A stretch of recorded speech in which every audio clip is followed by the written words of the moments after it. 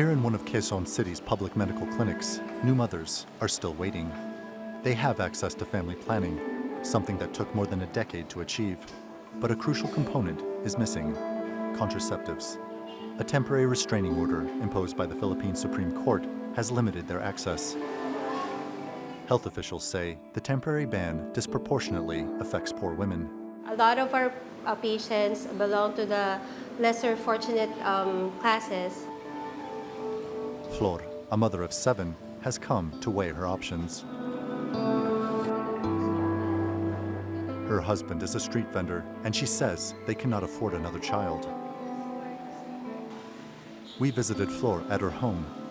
She told us that if the temporary ban isn't lifted, she will be forced to pay for contraceptives herself. Paano po pag gaya ngayon, malapit na nga po ma-expire yung... My implant will expire in December. What if the ban will not be lifted? Where will I get my next implant? It's expensive. Inisip po kung saan po ako pwedeng magpa-implant na.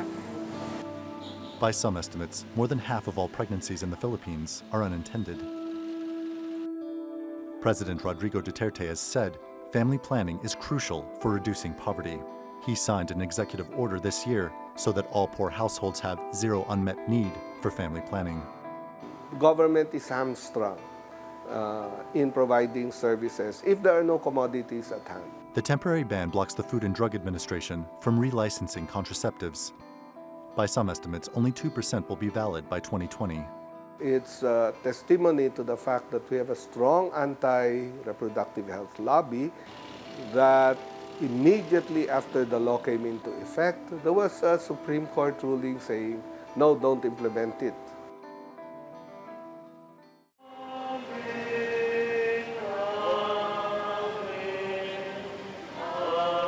Last year, the Catholic Bishops' Conference of the Philippines thanked the High Court for showing caution and circumspection on the implementation of the law. Anti-abortion groups say contraceptives are in conflict with an overwhelmingly Catholic society.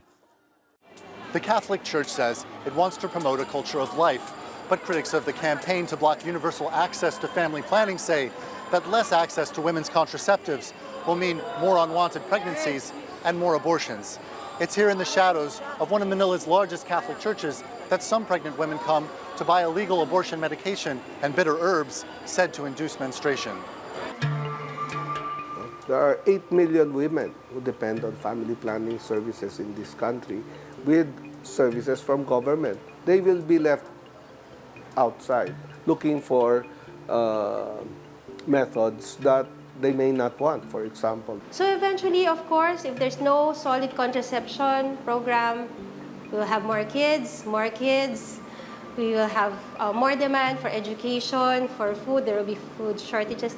And then this will go on and on. It will be really, it will be a public health concern. Meron naman pong... There's little information about family planning because there are obstacles like the ban. That's why the knowledge is not properly passed on to the youth. I have daughters. 2 of them are teenagers.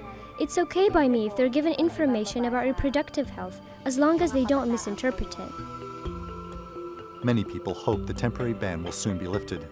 If it isn't, it could have far-reaching impacts on mothers like Flor and on those of future generations. Randolph Noble, The Newsmakers in Quezon City. To talk more about family planning options in the Philippines, I'm joined from Manila by Rita Dairit. She is the president of Pro-Life Philippines, an anti-abortion rights organization. And also from Manila, Carlos Conde. He is a Philippines researcher at Human Rights Watch. Thanks both so much for being with us on the Newsmakers. Rita, let me start with you. Why is a ban on contraception, short-term or longer-term, good for the Philippines? Oh, first of all, we have to remember that there is a ban because this is against the Constitution. The Constitution of the Philippines states that it will protect the life of the unborn from the moment of conception. Researchers have shown that the contraceptive pills have harmful effects on the child. It actually renders the woman's uterus, the fallopian tubes. Sorry? Okay, so you believe Hello? that the actual contraception itself has an abortive effect? Yes. Medical books show that. I was just reading a medical encyclopedia this afternoon, and it shows that really contraceptive pills has an abortive effect. Okay, Carlos, does your research in the Philippines show that that is the case? Well, well, not entirely. The ban by the TRO, the temporary restraining order issued by the Supreme Court, was very, very specific about these two brands of implants, and that, in fact, the crucial part of the arguments now is that the Food and Drug Administration has been remiss in its duty to conduct public hearings about these contraceptives. That's why there's this ban, and the ban is not explicitly does not explicitly say that the Supreme Court ordered the TRO because of what Ms. Darrett said about the Constitution banning contraceptives per se. Now, what this ban in fact does to to millions of Filipino women can be quite profound in their impacts, and we're talking here about millions, 6 million women, Filipino women in the Philippines, for instance, do not have access to contraceptives or reproductive health services. These are the so-called unmet needs of these 6 million Filipino women. So this ban really has some profound impact on Filipinas. Okay, Rita, I can see you disagree. I'll let you respond quickly there. Yes, this will have a profound impact if the government do not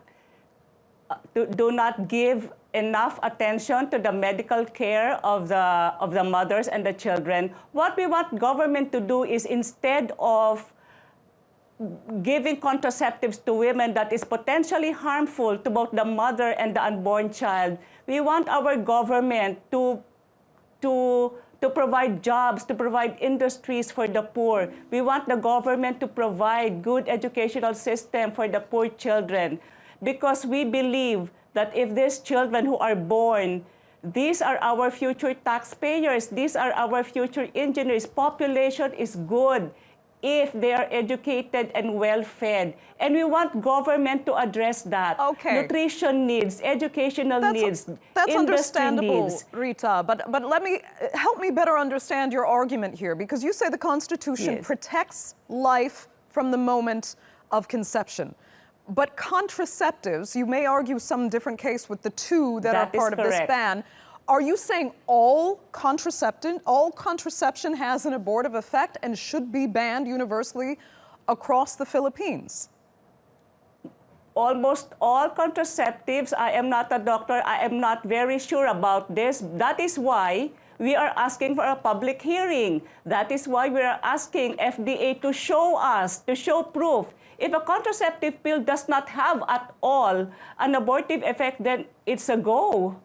Okay. There are other methods available in the market. There are condoms, tubal ligation is available. Tubal ligation, you mean sterilization? Sterilization is available. I do not recommend it because of my faith, but it is available. Okay, Carlos, I mean, are these realistic options for especially poor women in the Philippines?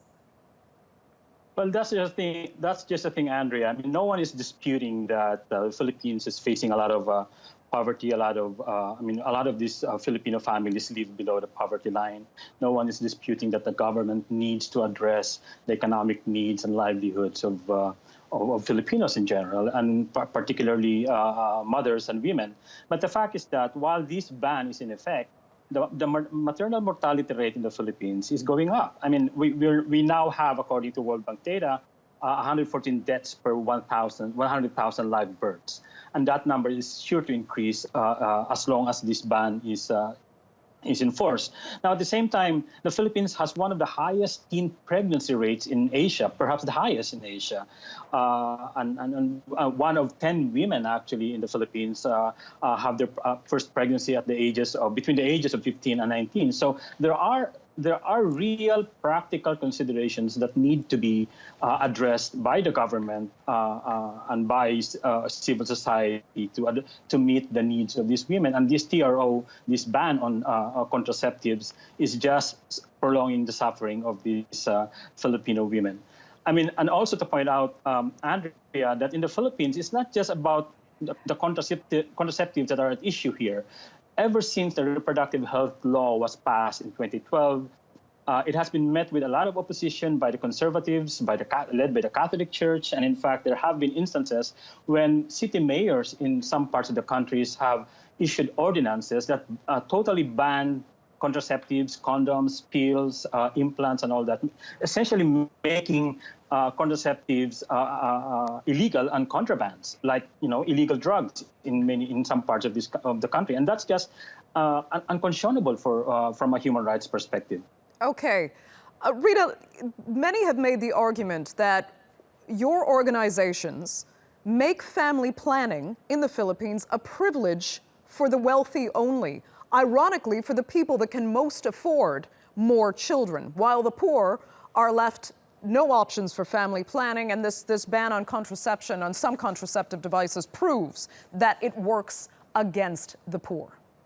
I do not know where you get the report that contraception is available only for the rich. Is it because of the TRO that it is not available for the poor? But our organization, we promote the natural family planning, and we have missionaries who go to the poor areas. We teach them the correct values. Mr. Carlos mentioned about our country being Catholic, the Catholics, the Christians, opposing the reproductive health bill. Yes, because to oppose something because of your faith is not entirely wrong. In fact, in many countries, in some countries, like they ban certain foods because of their faith. So the Philippines, being predominantly Catholic, it is just natural for us to promote something that is against our faith. Now, we do understand that this is difficult to impose on people, our faith. And so we go to the Constitution. The Constitution states the right of the unborn. The unborn meaning from the moment of conception. And studies have shown that contraceptive pills have abortive effects, though that is actually killing the unborn. Now, they are saying that as long as the TRO is not lifted and that there is this impact, this negative impact, well then, we challenge the government, we challenge the FDA to go on with our public hearings to show us that this is not against the constitutional rights of the unborn, and then it's a go. Okay. We are waiting for them. Carlos, go ahead. Yeah, I mean, the ban actually just affects these two brands of implants, but the campaign by the conservatives and the Catholic Church is across the board in terms of the wide range of options for contraceptives in the Philippines. We're talking about the pill, we're talking about the condoms. I mean, we haven't even mentioned here the fact that the Philippines right now has this really the highest HIV epidemic, increase in HIV infections in Asia. And part of the reason for that is this lack of promotion of condoms. And this is affected by the by the opposition by the Catholic Church and by the conservatives to not just contraceptives, but also condoms. Now, having said that, it is very important to point out that while the Constitution, as Ms. Derrett says, protects the right of the unborn, the Constitution is also very clear that the right of the Filipino woman, the right of the woman should be protected. Now, the bottom line here, Andrea, is that this is about the fundamental right of the Filipino woman to use contraceptive and decide on his reproductive health. And this is also about the duty of government to make sure that that Filipino woman is able to exercise that right without fear or intimidation. And Carlos, do you find it confusing or even unfair that some pro-life groups tend to be conflating two issues, the issue of abortion and the issue of the right to contraceptives, by equating contraception with abortive properties? They are two very different things.